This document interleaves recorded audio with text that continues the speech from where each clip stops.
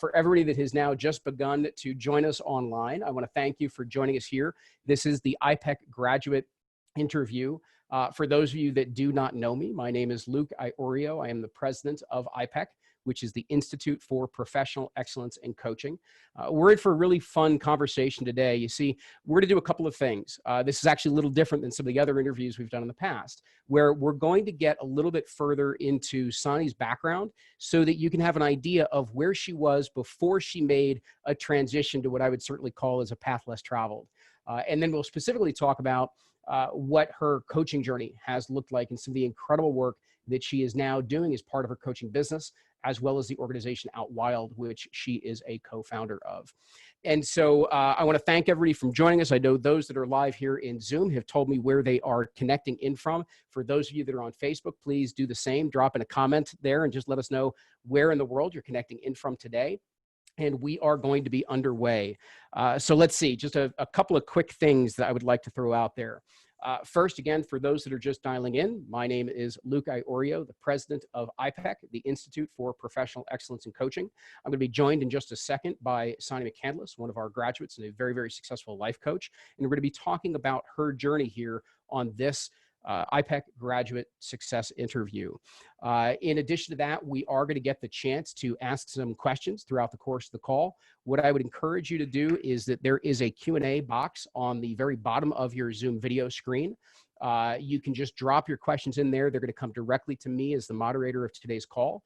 If you happen to be joining us on Facebook, I'm going to encourage you to just go ahead and put your questions in there. Don't worry, we've got a crack team that's working behind the scenes. They're going to forward me over any of the questions that come in through there as well. So we will have the chance to take those in the latter half of our call. And so with that, let me see if there's any more housekeeping here. I think there's a couple more resources and links you'll get throughout the course of the call, but we'll address that as it comes up. And so where I would like to begin is that to begin to introduce Sanni and to introduce a little bit of this topic, this theme that we're going to get into today on this specific conversation and interview, is that Sanni chose what I referred to a moment ago as a path less traveled. It's one of the things that, I see in these interviews. It's one of the things I've seen on the One Idea Way podcast, a lot of the different things that we do, as well as all of the coaching work that our community does and even some of us do, is that people are in a very significant time of transition right now.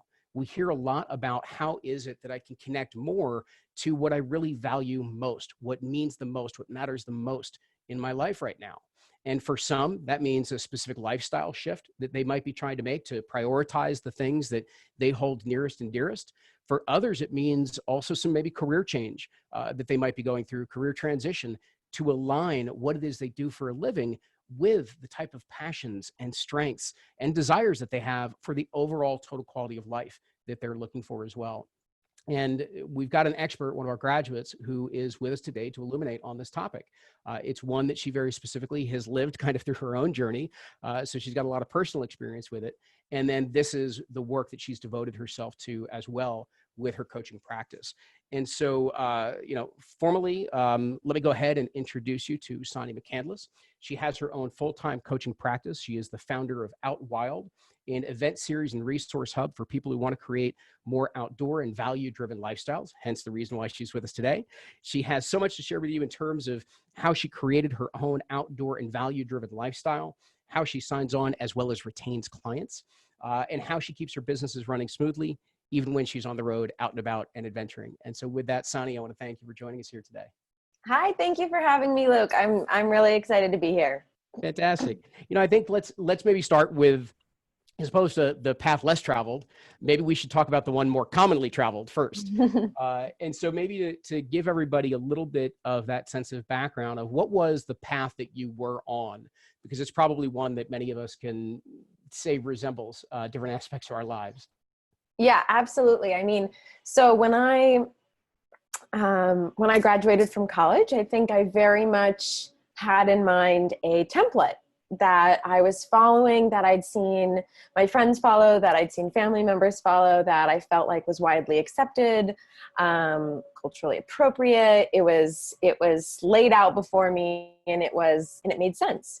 And so that path was, go to school, get a degree, graduate, get a get a job at a 9-to-5 company, maybe rent for a little bit, save up, pay off my student loans, buy a house, start a family. I don't know. It was just, there were all these steps, and I felt like I was on that journey, and I was stepping in each footprint. And honestly, I was really happy. I was enjoying my life. After graduation, I moved back to Washington State, where I was born, and I got a job as a marketing coordinator at a tech startup in the city. I was living in a house with 4 or 5 of my friends, and doing what people do in cities. We were going out on the weekends, and going to workout classes after work, and planning work parties, and just living that life. And I think it worked really well for me up to a point. And I actually, like I said, I did really enjoy it. I think there are aspects of that were great for me. And then there was also something that was kind of pushing me to get a little bit more outside my comfort zone. Let's chat a little bit about that, because what you described certainly is, I picture it as kind of like this checklist. We're all kind of handed this checklist of, okay, are we going to go to school, or how is it we're going to pursue education? Are we going to get that nice first job? Are we going to get that nice first place to live? Are we going to check right down the list? And we believe that it's supposed to yield whatever success is supposed to be, or whatever that life of happiness is supposed to be. And yet something just seems to start nagging at us. And so I was wondering if you could talk about what was it that all of a sudden was in the background that was starting to say, maybe this is not your path. You may not be cut out for this specific road. Yeah.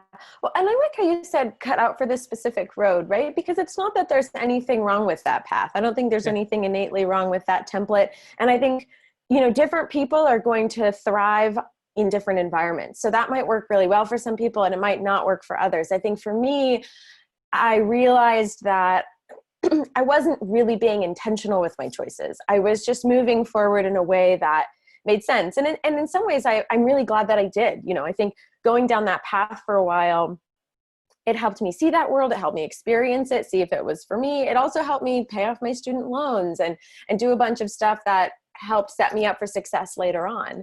But like you were saying, at some point, I think I realized, hey, I'm starting to just do things because they're expected, instead of doing things because I'm choosing them. And I'm doing things because there's a very natural momentum, not because I necessarily want them. So it was at that moment in time, I had taken some time off in between graduating from school and going to my first job. And while I was on the road, I met a lot of people who had different templates that I had never heard of or necessarily thought of. And, I think a lot of the people I met were like, oh yeah, we always travel for 2 to 6 months in between jobs. That's totally normal. And it's funny because I think, I was very used to hearing like, is there a gap in your resume? You will never be hired again. Like that is the end of your professional life. And I was like, oh, that's really interesting. That's cool that you can take that time and still be set up for success. And so I started realizing, okay, I'm going to go take this job, and I'm going to see how it feels. I'm going to settle into a routine in Seattle and do that. And I'm also going to keep my heart open to other possibilities that might exist. And so I realized a couple years in that I wanted to hit the road again, and that I wasn't going to let my fear of not being able to get a job again afterwards get in the way of that. So, I think 2 things there to point out to everybody. Number one is that whatever the road is that you happen to be on, it's a question of alignment, right? So are you intentionally choosing the direction that you happen to be heading in right now? And does it feel like it fits you? Does it feel like it's aligned to who you are, what brings you happiness, it brings out your passion? And if not, well, then where is it that maybe you are choosing by default to say it as Sanni, you just did? The other thing is that if you start to get a little bit of an inkling of maybe, I'm not even sure what it is, but maybe I'd like to do something different, how is it that you can begin to expose yourself to new influences and experiment? And I think Sanni, you described, connecting with a few people on a few adventures, all of a sudden put things on your radar that you didn't even think were possible originally. So that starts to open up your aperture even further, right? And 100%. I just was going to jump in there that, when somebody comes to me and they say, I'm thinking about maybe transitioning careers or moving somewhere, usually it's around, I end up doing a lot of career coaching, which I love to do. I think it's really fun. And it's a really cool process to kind of watch and participate in with someone. But whenever someone comes to me and they say, I'm thinking about this, but I don't even really know where to start. Like, I don't even know what my options are. The number one thing that I start them off with is having conversations.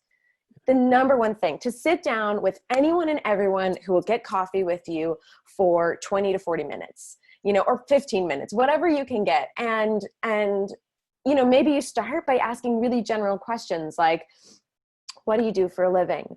How well does that suit you? What do you love about what you do? What do you dislike about what you do? What does your lifestyle look like? What are your hopes and dreams for what next? What do you think is cool that's going on that I should know about? What job opportunities have you heard of recently that I should look into? Who else do you think I should talk to? Who you think is on an interesting career path? And you begin this snowball of conversations. And, maybe in the middle of that snowball, you start to zero in on the thing that keeps coming up again and again, the thing that you're like, oh, maybe that's my thing. And in that moment, then you start to direct your conversations towards people who are doing that. And you go and you just ask questions. And I think you don't have to travel to Spain or to wherever, to have those conversations. You can have them right where you live right now, but you just have to start talking about it. And also the extra benefit is that inevitably at some point they're going to turn the conversation around to you and be like, well, why are you asking? And it's going to be a form of accountability when you start saying over and over, well, I'm thinking about changing my career. Yeah, that's excellent. I appreciate this point, and I want to kind of get back to your journey for a moment. But I think it's an important one is, not all of us have the year to travel the world and eat, pray, love, across the journey and find ourselves. It's great if you do, by all means, enjoy it. But not all of us get to do that, and we don't have to, right? Yeah. So there's so many more resources and opportunities and possibilities and conversations we can be having right here that allow us to connect to those types of insights and those types of passions.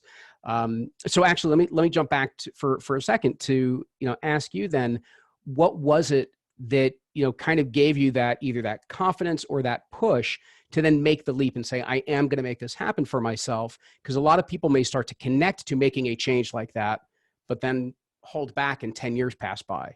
Right. What was different for you, or what enabled you to do it? I mean, it's funny. I mean, I used to joke that I never make big decisions in my life. I just talk to people to a point where it would then be embarrassing if I didn't go do what I said I was going to do. So it's really just a matter of pride, not certainty. I don't know that I've ever been certain. It's just, well, I've told all of my friends and family that I'm going to quit my job in August and I'm going to spend some time on the road and I'm going to travel and I'm going to explore these other lifestyles. And at some point I was like, well, it would just be embarrassing if I backed out now. It's great because social accountability is a big influence. So we can use that in positive ways, right? We can use that in very beneficial ways for ourselves. Absolutely. So then at what point in that journey, so as you decide you're going to kind of remake your life from your values and what you believe is going to fit, what was it that allowed you to brought you to find coaching specifically? And how did you know that was a fit for you? Yeah. So I actually found coaching while I was still in college. And my path to finding it was a little bit unusual. I learned about this disease called synesthesia, or I'm not even sure if it's a disease. It's a condition, I guess, called synesthesia. And it's a really bizarre condition where all of your senses get mixed up. And so you could smell something and experience it visually, or you could taste something and experience it as a scent, right? So all of your senses get mixed up. And I learned about it, and I don't know what it was in my brain, but some part of me was like, okay, I want to be and this develops, right? Like most people aren't born with it. It develops later. So anyway, as I remember from many years ago learning about this, I could be wrong, but I remember thinking, okay, I want to be the person that helps those people that have been diagnosed with synesthesia be able to, transition back into day-to-day life, living with their condition, which was very specific. Yeah. Extremely. but essentially somebody came to me and was like, oh, you want to be a hospital social worker. You want to, you essentially want to help people, with whatever they've got going on, transition back into living a healthy life, with whatever changes have occurred.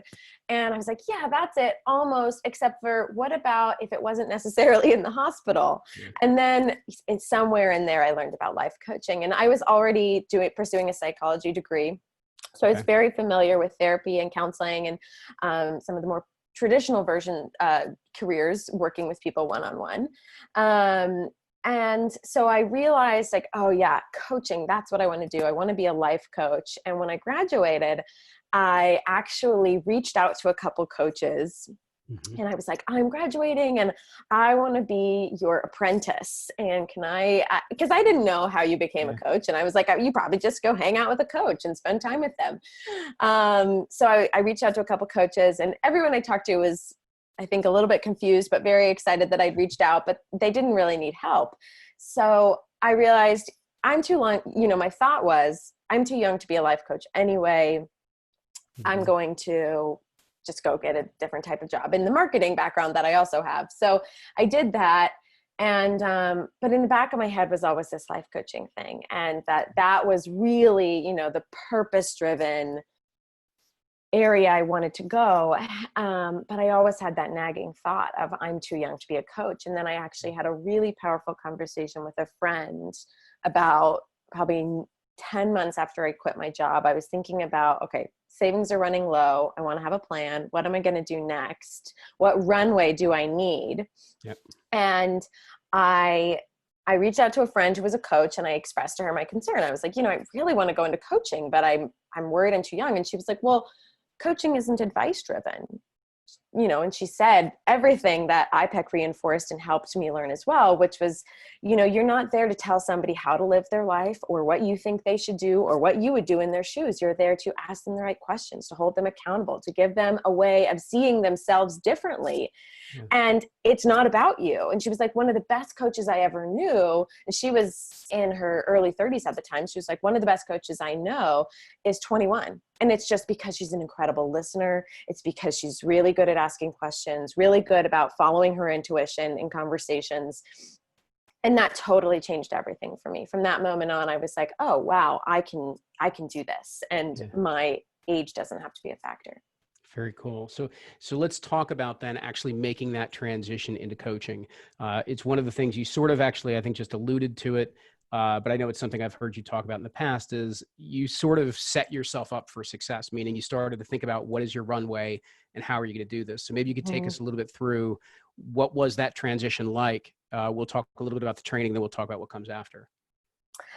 Yeah, absolutely. So, I mean, I think the mantra that I had at the time that I continue to come back to today is that following your passion doesn't have to be impractical, right? Or practicality and passion don't have to be at odds with each other. I think sometimes we think of, oh my God, I'm going to follow my passion and I'm just going to throw all my concerns by the wayside because it's really romantic and my intuition will guide me through. And I think for me, I was like, I can very practically pursue a passionate career. And that meant looking at how much money I had in the bank, deciding the number I wasn't willing to go below before I would go get any other job. It meant determining a budget and identifying a runway, right? Like how long do I have to do coaching and get a business off the ground before I have to start taking up another job or doing part-time work or doing full-time work, whatever it is.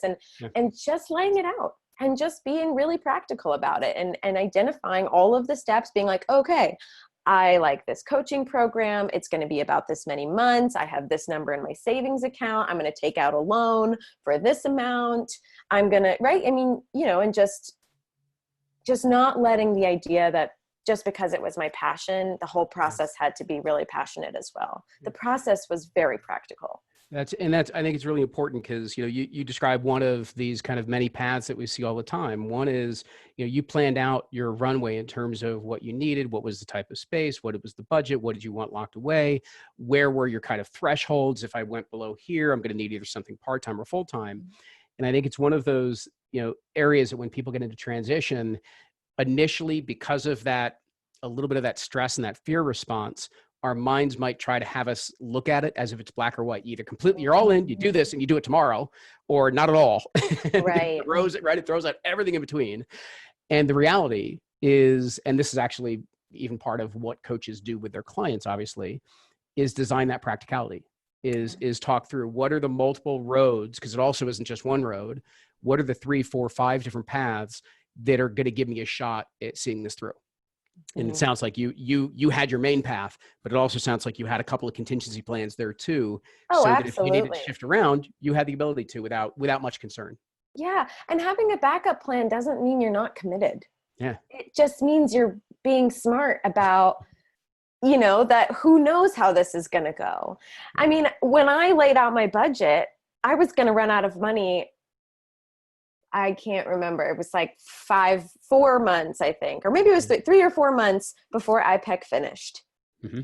And so I was like, all right, I guess I better start making a website and taking on clients after the first 4 months, because I need to start, right? And so that was just part of the plan. Yeah. And that was okay. And actually iPEC set me up for success to be able to do that, to start coaching almost immediately with just the basics. And you know what? The basics are so effective.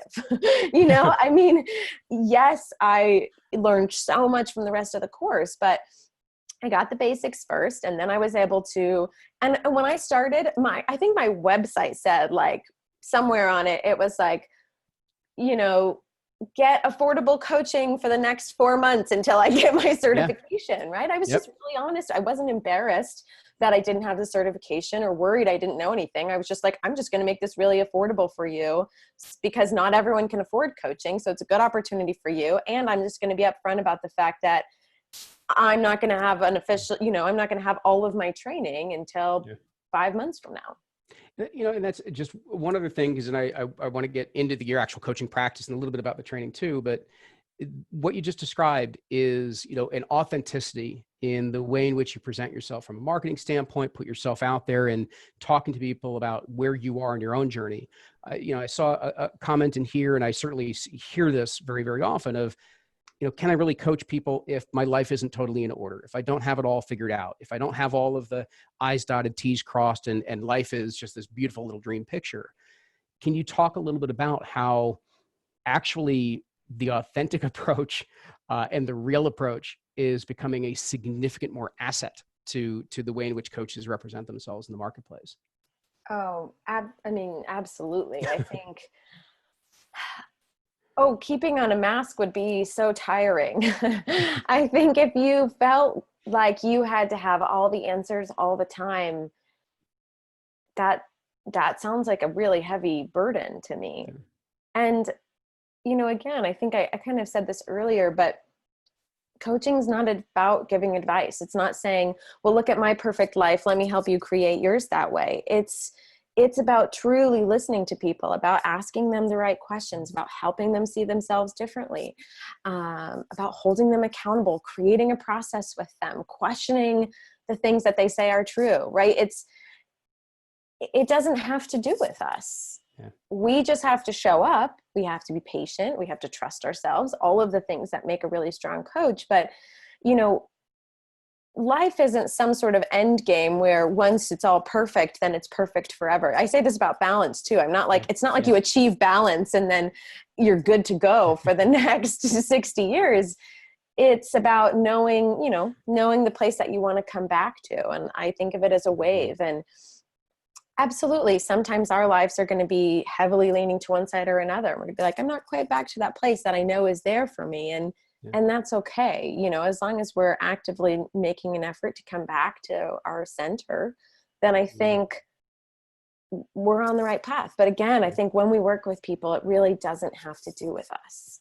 You know, it's interesting because I appreciate you saying, you know, equating kind of that idea of a balance to a wave. I've equated it in the past to that idea of surfing. Right. Mm-hmm. It's not keeping all things in equal proportion at all times, which is some of the image that we conjure up when we think about balance. But it's more of the fact that life is going to move around a lot on us. And the fact that you bring it back to that idea of just knowing that there's an ebb and flow, and it's about recentering yourself in whatever the experiences are. And that is also going to give you very important and valuable insight and perspective to be able to understand where your clients are coming from as well. And, there's this incredible relationship that develops between coach and client in the way that you're able to help them. And certainly your ability to truly acknowledge and validate who they are. Not that you have to have been through the same thing as they have been through, because you truly can't be exactly through what they've been through. But when you have had a little bit more of that experience, when you know what it is like to get out of kilter, it's just going to give you a different appreciation for where you are, and more compassion is going to show up, more empathy is going to show up in how you coach. Sanni, let me ask, when you got into the training program, what were just maybe one or two of those big kind of challenges or personal growth areas for you that you found yourself growing through on your way to graduating and becoming the coach you are today? I mean, I think there was definitely a fair amount of doubt. For me, the biggest fear was that I felt like coaching was a misunderstood path or a misunderstood career. And I had a huge fear of people misunderstanding me. Yeah. Because I was a coach and that career path was misunderstood. And I think the biggest challenge for me was overcoming that and letting go of what other people thought. I had this fear. I was like, if I go out there and I say I'm a life coach, everyone is going to think that I'm a douche. I don't know. I can't think of a better word right now. That's probably not the best one. But that, I think some people, they don't know about what I was just saying about advice. So when they hear life coach, they're like, oh, you think you have all the answers. Oh, you think that you can tell us all how to live our lives because yours is so perfect. Yeah. Now, that being said, I think that is rapidly changing. I think coaching is coaching is growing exponentially. And now people know better and better what a coaching relationship should look like. But when I started, I was like, I'm worried somebody's going to misunderstand me and think that I think that I have all the answers. Exactly. So let's talk about that. What have you actually found? Meaning that now, you're on the other side of it. You've embraced the fact that you're going to have the confidence to talk about what you do and the reality of what you do. And now that you've gotten out in the marketplace, what have you actually found in the way of how those conversations go and the ability for people to understand what you do and be excited by it? Mm-hmm. I mean, I think the reality is that most people, when I describe to them, if you get the opportunity to tell somebody what coaching is and what the process is like, 99% of people are like, oh my God, I need that in my life. And everybody else who isn't taking the time to learn what it really is, and this was actually, I was in a documentary I am in a documentary, and there was a film tour a year ago. And one of the biggest lessons I learned again and again and again was letting go of what other people think. And we just can't control what somebody is going to impose on us or believe about us. And to a certain degree, it's just not our concern. And so when I was like, well, I remember when I had to design my website, I had this huge block, and I was with iPEC, working with a student coach, and we were coaching each other on something, and that came up. I was like, I can't make my website because if I talk to people about my desire to do coaching, I can tell them exactly what coaching is. But if I make a website, someone could go to the website and I'm not going to have a chance to explain it. And what if they come away with the wrong impression of me? And I just remember getting coached through that with one of my fellow students and just realizing first of all, from a practical perspective, realizing, well, I just have to get over this. Either I'm going to never make a website or I'm going to let that go. And letting it go was so freeing. And I continue to work on that. I continue to work on letting go of what other people think of me. And I think I really, really, really love that, because again, this is part of that conversation around authenticity first, of being real and being honest to who we are, what it is that we're after, and being able to share that with the world. And the more and more in which we grow confident in that, it more and more allows the kind of the expectations and judgment of others to fall away. Two other things that I just want to mention here. One, just a practical one for everybody tuning in, is also to know a little bit about the size of the marketplace, meaning that this is a multi-billion dollar industry with literally, you're talking hundreds of millions of potential clients just in the United States, another several hundred million in Europe, many more hundreds of millions across Asia and Australia and other parts of the world, South America. And so you don't need 1 million clients to be an insanely successful coach. You need a handful of clients to be a really successful coach on an annual basis. And then the second part of it, and this is something that I would love for you to elaborate on, because you're doing this with Outwild right now is a great example of this, is that coaching, it's one of the other things that's misunderstood when you get into a profession like this. We don't sell coaching. We sell the benefits and the rewards, the results that come from a coaching process. And this is that's why I wanted to talk a little bit about what you're doing with Outwild, because Outwild is this beautiful infusion of coaching with some other things that you do, passions that you have, that's about the vision, the results that people are creating, and coaching is the process you use to get them there. Absolutely. So if you can share a little bit about Outwild and kind of how that fits into the whole of your practice. Yeah, absolutely. And I love how you put that too, that idea of, we're not selling you on a process. We're selling you on an investment in your life and all of the changes that are going to come on the other side of that. I mean, yeah, absolutely. I thought that was really well put. So Outwild was sort of born from my one-on-one coaching practice. I do a lot of one-on-one coaching. I think a lot of coaches often step away from it. Like maybe they start there, but then they expand in other ways. For me, it's very much like it's my foundation. It grounds me in kind of my coaching practice. And I always like to keep that base. I feel like it keeps me a little bit on my toes, keeps me fresh. Reminds me to listen, reminds me to take a step back. So I still have that as a big part of my practice today. But in my one-on-one coaching, I found that, there's a certain amount of momentum that's in our life, even if we do nothing. Yeah. We can do nothing.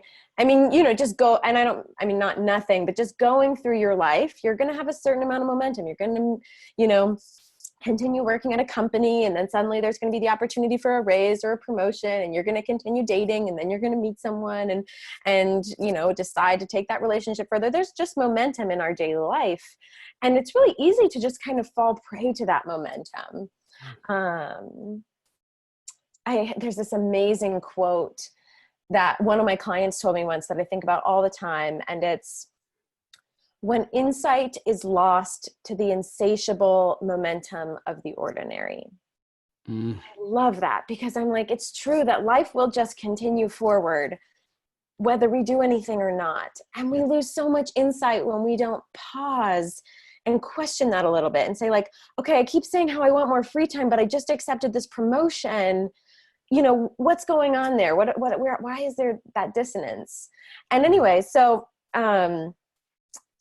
I was finding more and more in my coaching practice that there was a real opportunity for my clients, or a real need, I should say, with my clients to actually just press pause and to say, I'm going to go away from my daily life for a couple of days, and I'm going to think about all these things there, where I don't have that insatiable momentum pulling me away from my insights. Yeah. So anyway, I ended up on a podcast actually called the Adventurepreneur Playbook by there's 3 Outwild co-founders. One of them is Jeremy Jensen. He runs that podcast. I was talking about this kind of retreat concept, pulling people away from their daily lives to think intentionally about what they want. And he was like, I've been on the exact same page and picking up on that same need in my podcast. So Outwild was born. We brought on our 3rd co-founder, Courtney Sanford, and she's just like an amazing kind of producer of events. She just has that eye for detail that I've never seen elsewhere. But so the 3 of us decided to create this retreat series, and the formula is sort of these 3-day weekends where you do a combination of life design and outdoor recreation. And I found the way I've described my career is that I live at the intersection of life design and nature. And I think a lot of people actually like that end up in that place, right? Because there is just something magnificent and grand about being outside that we don't get from anything else we can create indoors. The natural beauty of the earth is just unlike anything else. And so I found that combining the two was a really powerful place to work and do work with people. You know, I think you brought up several things there. One in particular that really just stood out is that two things: the importance of taking that pause. And we can do that in an intentional setting where we have the chance to step outside, literally outside of our lives and away from the things that usually maintain that insatiable momentum that you're talking about. And that's a very, very important part. And at the same time, that also can take place inside of just a general coaching relationship. That's part of also the space that gets created there with a coach. And I think it's the second thing, which was actually what you brought up earlier in the conversation for everybody to reflect on at the moment, is just, where is your momentum taking you? Right. This is a question I've asked clients. Actually, I'm glad you brought it up. I've asked clients this before, because when we step back and just think about, wait a minute, where is the momentum of my life headed? And do I like where it's going to be in a year, 5 years, 10 years from now? And if it's not where you want to see yourself, it's not the pull that you want to feel, that right there is that impetus to start to create some space, to go on an adventure like Sanni, what you're talking about, to work with a coach, and to start to get the sense of, wait a minute, where do I start designing life, designing work in a much more intentional fashion again, because it's probably been some time since we've really looked at those choices that we made. Absolutely. I mean, I work with a lot of people who work in really demanding jobs end up coming my way. And usually because they either realize that they want the outdoors to be a part of their life, or maybe the outdoors was a part of their life and they've kind of lost that because of a demanding schedule. And it's funny because I often find that when they talk to me about momentum in their career, it's almost like the end game is a place where they are doing all of the work.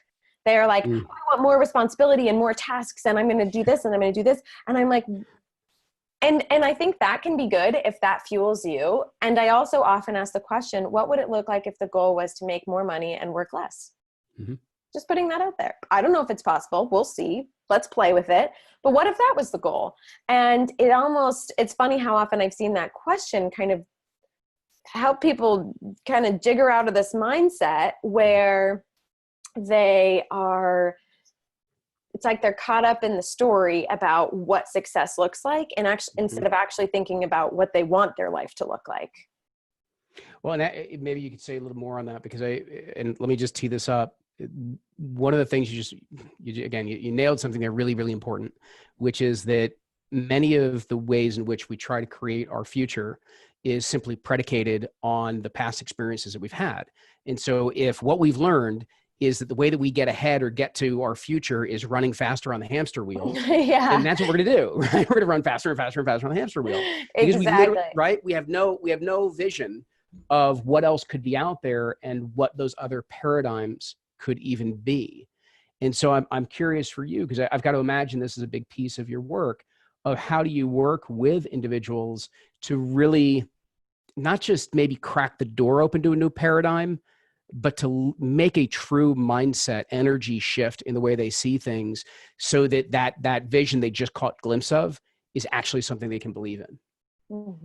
I mean, my favorite question, and it's so basic, and I think iPEC brought this up on like day one as, on the list of really great mind-opening questions, but is something along the lines of, if you could wave a magic wand and create what your life looks like 5 to 10 years from now, what would you want to see?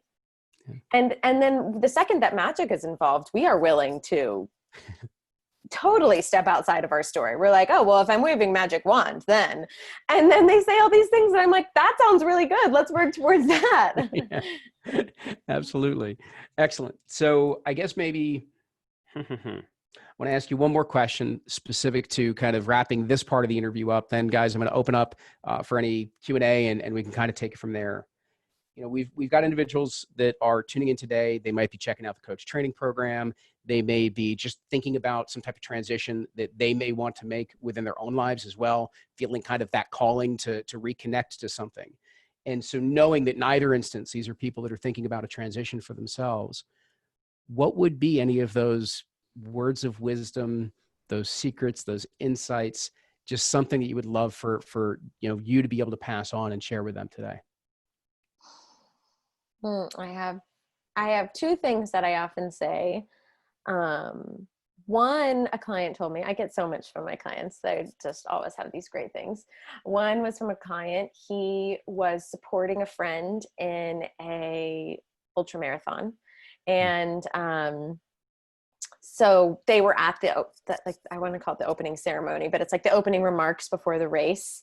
And the race announcer said, I can promise you, to all the racers, he said, I can promise you that your motivation during this race is going to wax and wane. And the only thing that's going to get you through is commitment.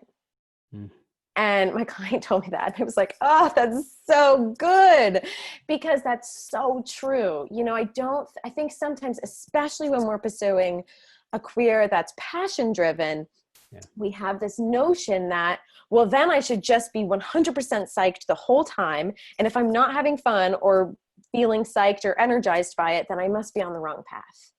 And I just don't think that's always true. I think it's normal for motivation to wax and wane in anything that we do. Some days you're going to wake up and you're like, yeah, let's go. Some days you're going to wake up and be like, I really want to stay in my PJs today. That's okay. I don't think that has to be a sign that you're on the wrong path. It might be. And if it's consistently a PJ day, like, it's probably not the right direction for you. But, you know, even in a passionate career, there's going to be the muddy work and the icky work and the slow work. And motivation is going to wax and wane, but commitment is going to get you through. And I think it's about consistency and just keeping going at something, to not take failure as a sign that you're not on the right path, to not take a lack of stoke as a sign that you're on the wrong path. I think you have to believe deep down, like, this is right, just keep plugging away. You know, each thing I do doesn't have to be a wild success. I just have to keep doing it.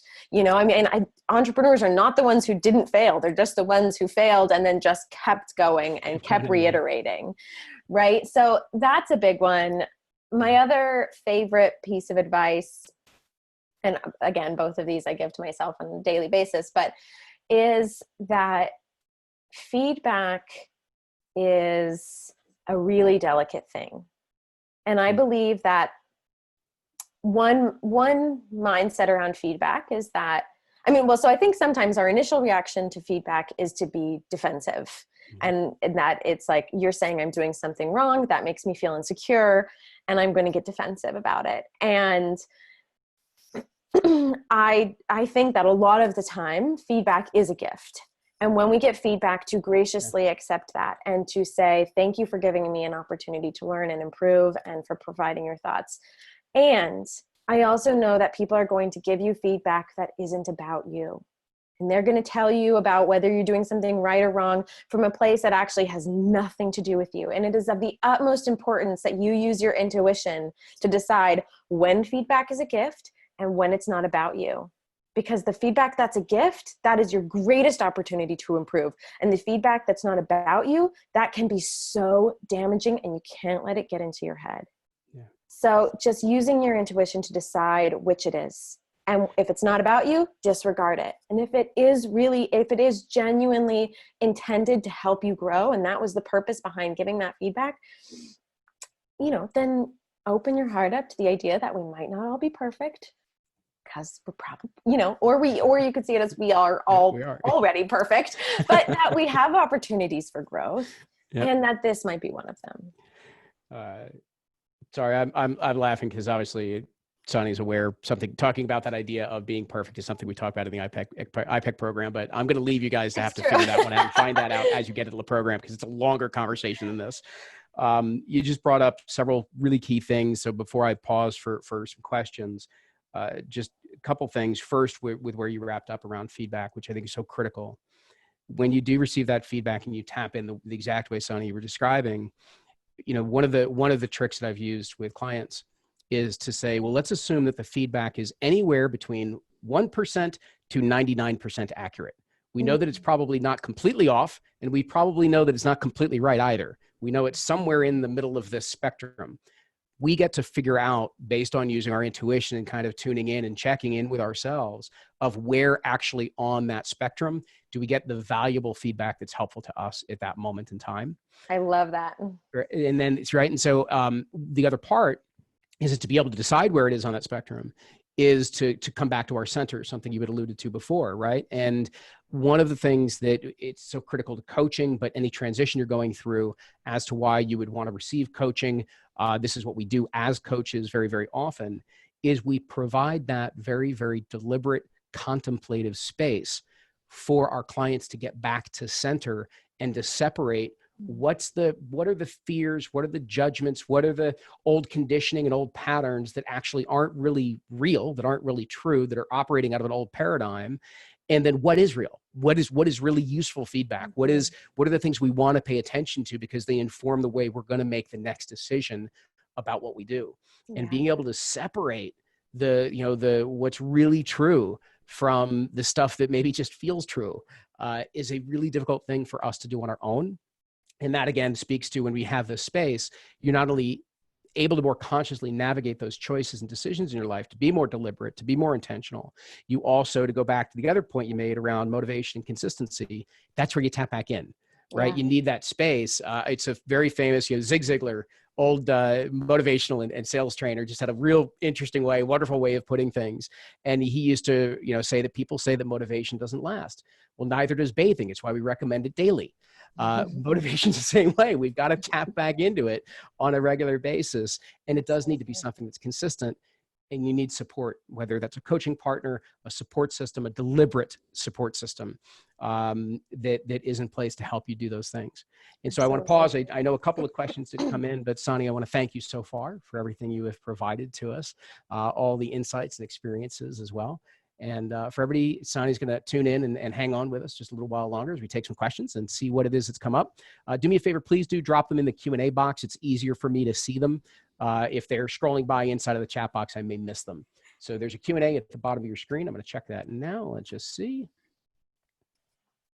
And okay, so Sanni, one of the things that just came in, and maybe just to make a comment on, is somebody who's actually in the midst of completing their certification, starting to think about how it is that they're going to go out and get clients. And of course, some of that normal fear starts to pop up, and they're, worried about, do I niche? Do I try to figure out that exact ideal client? Where maybe should I begin to get the momentum going? So maybe if you could just share a little bit from your own standpoint, you might have had a little bit more of a refined niche, but talk about your thoughts on and your own experiences on kind of getting started and getting those first 5-10 clients to build some momentum in your practice. Yeah, absolutely. I mean, iPEC really drove home the idea of the niche to me, and to, I think in general they do that. And I think it's really valuable. It's just, you see it again and again that we love to work with specialists and we don't like to work with generalists. Yeah. And if you were seeking out help and there was somebody who said that they exactly worked with people like you versus they work with literally everyone, you would go to the person who worked, you're going to get a very small percentage of, or how do I want to say this? Like, if you're a specialist, you're going to get, 90% of the people who fall into that category. And if you're a generalist, you're just going to get a lot fewer people overall. And I know that's also really scary. And I also think one of the best advice I ever got was, you're going to choose a niche. I never know if it's niche or niche, but you're going to choose, I usually say niche. So you're going to choose a niche, and people are going to come to you that don't fall in that niche, and that's okay. In the same way that we go to PTs that specialize in working with professional athletes, and we're like, well, I'm not a professional athlete, but you seem really good at what you do, and I'd love to work with you, right? Like so I think it's, people are going to come to you from all over, but having that specialty is important. And I would say when you're starting out, definitely consider, where is my network already? Because that's going to be my greatest marketing power. If you choose a niche that's around a group of people that you have literally zero connection to right now, it's going to be hard to start out. So choosing a niche, might be somewhat influenced by where your network is right now, because then you're going to be able to tap into that network and get those first few clients. And if a year or two later, you're like, I really want to go to that original niche that I didn't have a network in, well, spend those 2 years in your free time building a network in the niche that you want to get into. But don't set yourself up for failure. Don't set yourself up by choosing the group of people that you've never spoken to. So, yeah. And I think, when you think about getting your first few clients, again, tap into existing networks. You don't have to build something from scratch. Although I do think your personal brand is going to be a big part of your business. So slowly building up whatever it is, a website and social media, or what, and everybody has mixed feelings about social media, but whatever you need to do to identify yourself and separate yourself from the crowd is going to be really helpful. And then at the same time, for those first few clients, use what you already have. So if you're like, I am already going to I'm already going to yoga 3 times a week. I know the whole yoga community where I live.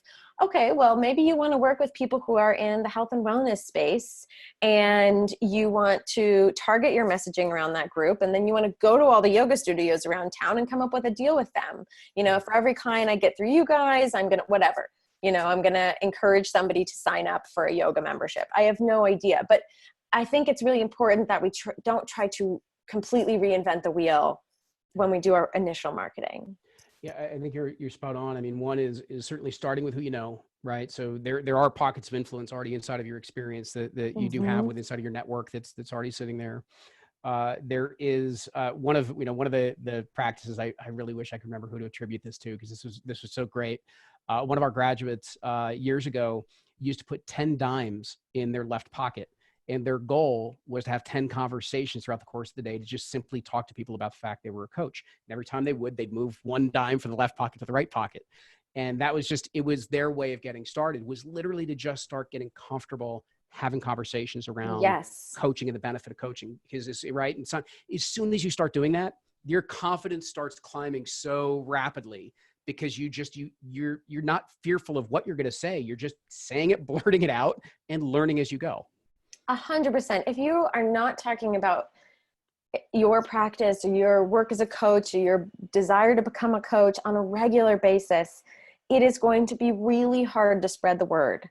Yeah. Because for every person that you tell, you've now tapped into their network too. Because if you go to someone and you say, oh, I'm doing executive coaching and I'm really excited and I'm learning, I don't care if they're not an executive. The next executive that they see, they're going to be like, ooh, I was just talking to somebody who wants to be an executive coach. You should hit them up. Right. So it's good practice. It's good accountability. It's good at, helping you feel more confident. And it's actually just good marketing. Absolutely.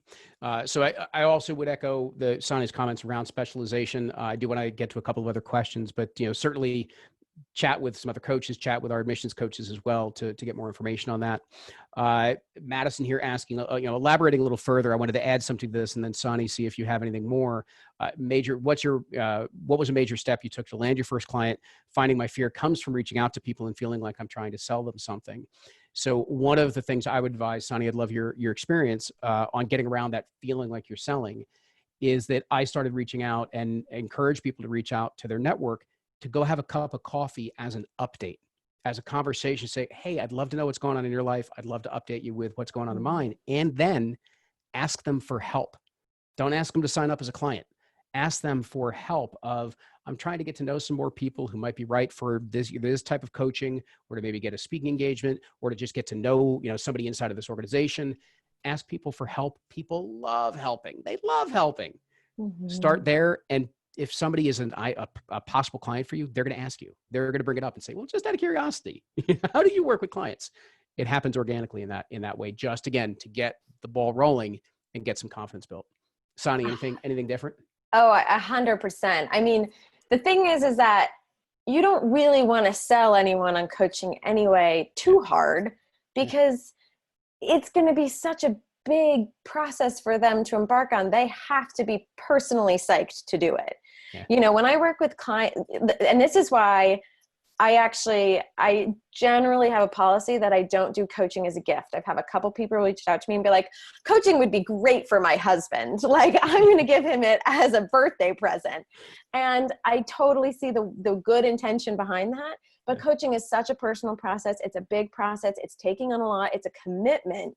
And if you don't actually have that commitment, nothing is going to change in coaching. So you can't really sell coaching anyway. There's no one you're going to, like you can force someone to believe that a vacuum cleaner is better than their vacuum cleaner, but you can't force someone to decide that they want to do a ton of personal work.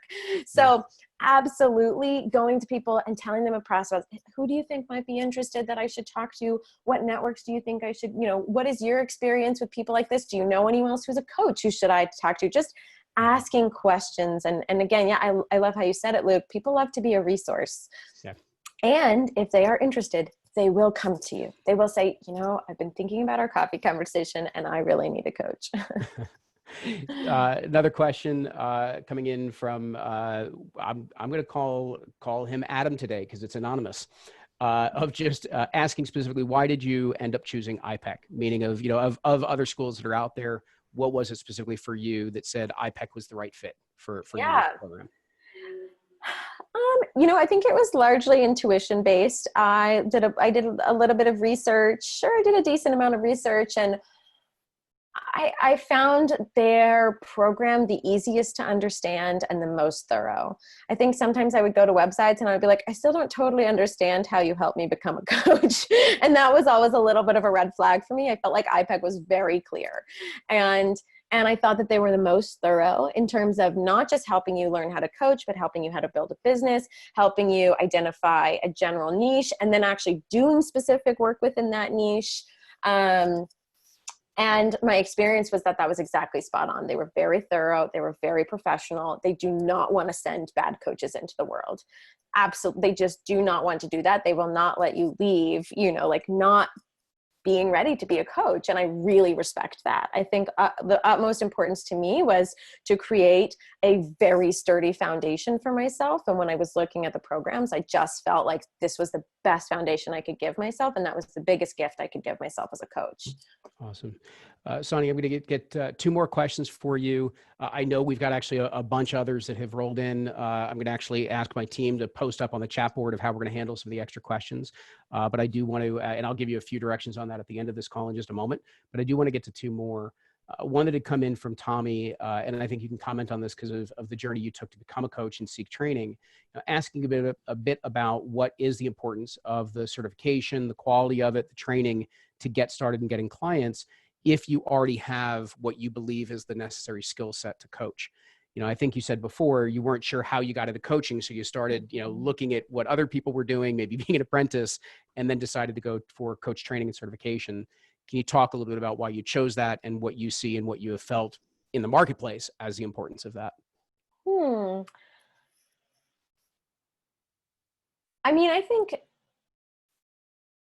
I think if you feel really, really, really confident that you have everything you need, then that's a huge asset. I don't think I felt that way. I think that, one of the greatest things that iPEC taught me was how to stop giving advice. And I can't really imagine having taught myself that. Like, I needed somebody else to reinforce again and again, this isn't about you. This isn't about you, right? Like, stop putting your experience on them. Because that is natural human nature. It is human nature to want to empathize and sympathize in a way that's like, oh, I've been there. I know exactly how you feel. I know exactly what you're going through. And that is wonderful coming from a friend. But that doesn't work coming from a coach because we haven't been in their shoes. And it took me the program to really understand that from a fundamental level, that I really couldn't understand what someone else was going through. And so, and I also think that there were, I got a lot of coaching through the program. And I think if you haven't worked with a coach, it's really hard to be a coach because even from a very basic level, you learn what you like and don't like. What do I like for the structure of the call? What do I like for how we decide what we focus on? What annoys me about scheduling? What works with me works for me with scheduling? You learn so much just by going through that. And then I also just found it was such a wonderful community. I think then with coaching, we're not walking into an office where we have 80 colleagues and people who we can talk to and relate to and chat about work with. And with coaching, especially if you're starting your own coaching business where you are the product, the company, the founder, everything, I think it could be a lonely process if you didn't have people to talk to about it and people that a network and a community that you could tap into. I know that if I was ever really struggling with anything as a coach, I have this immense resource at my back. I also think that I personally love doing the Energy Leadership Index assessment as my first session with clients, and I couldn't have created that on my own. I think it's a really, some clients love it and they buy into it. Some clients, just kind of use it for the basics. But either way, it is one of the best ways I've seen to help people begin to see their thoughts differently and begin to become the observer of their thoughts instead of the believer of their thoughts. And I haven't, I'm just so glad I have that resource and I didn't have to create it on my own. So, but I think it's a very personal choice. And I also think you could go out and you could coach for a while. And then if later you decide you want more professional development, then you go out and get it done. Yeah. It's funny actually, because we have so many people come from such vastly different experiences of having never coached and not really sure totally what they're getting into, all the way to individuals that have had a variety of things that are coaching experience related, even high levels of corporations where they've incorporated it. We've had even master certified coaches through the ICF come back and actually enroll in our program, specifically one because of the Energy Leadership Index. But also just kind of the comprehensive methodology that is there, that when you haven't been through more of a formalized process, can be difficult to really, truly, properly ingrain what are the coaching fundamentals and processes to take somebody through. So there's a lot that goes into that, but there's a lot of different experiences from where everybody's coming from. The last question I wanted to add, because we are already an hour out at this point, but two different questions came in on the same general topic. And that was just if you could give a little glimpse example of how you incorporate nature into your actual coaching work. A couple of people one from Outbound, others thinking about how do you incorporate nature with their coaching sessions. Mm-hmm. So maybe just one example of the way in which you combine that outdoor experience with a specific either coaching process or exercise. Yeah. So at Outwild, we actually just take people into nature. The weekend design is you're camping, you're outside, our workshops are all outside. Our programming is outside. And then in your free time, you're doing outdoor recreation that usually takes you a little bit outside your comfort zone, like whitewater rafting or rock climbing or a run or mountain biking or hiking. And depending on where your comfort level is, you can choose different things. But so we actually just bring it into their lives with a lot of purpose in that space. But in my one-on-one coaching, it's definitely more subtle. I mean, usually it's as simple as asking about it. And just as a coach, even if they've never mentioned it or talked about it, asking at some point, like, how often are you getting outside? What is your relationship with nature right now? Do you feel, or when we're talking about goals, like, are there any physical goals that you would be interested in setting that don't have to do with, weight loss or weight gain or anything in that space, not in the health space, but in the physical challenge space, which I actually think is very different. And when you approach them from different mindsets and they give you different things. So talking about setting an outdoor goal from the perspective of wanting to push ourselves in a very unique way. So I think it's just about consciously bringing it up. And my coaching is always just naturally going to err on that side. So when I do help a client brainstorm about ways to find more balance in their life, I'm just going to automatically bring it up because it's always on the back of my mind. Yeah. But I think there's tons of ways to incorporate it. Yeah. And again, that's when you do start to develop your own brand as a coach, let alone a specialization or a niche, is that you're going to start, attracting individuals that want to bring some of that in. And so to have some of the, conversations, Sanni, that you're bringing up, you already know that's aligned to the agenda of a client. They already want to start to bring those types of things in.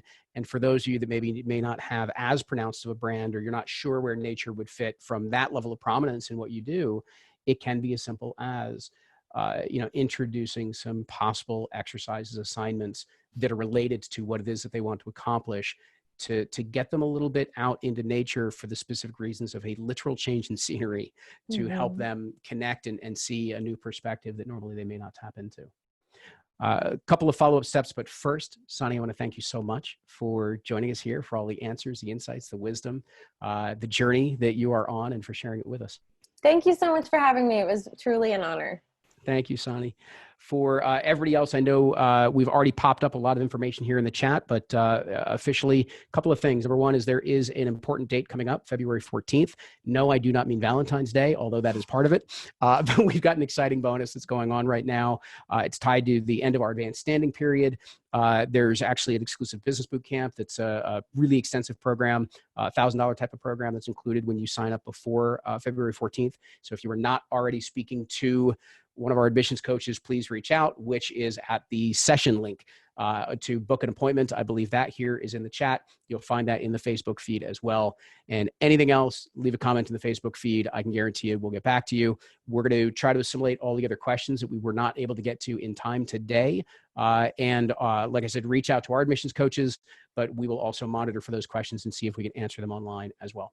So with that, I want to thank you everyone for joining me. Again, I am Luke Iorio, the president of iPEC. We were joined by Sanni McCandless. And I want to just thank you for all your time, your questions, insight, and being here. Thanks, everyone. Thanks, everyone.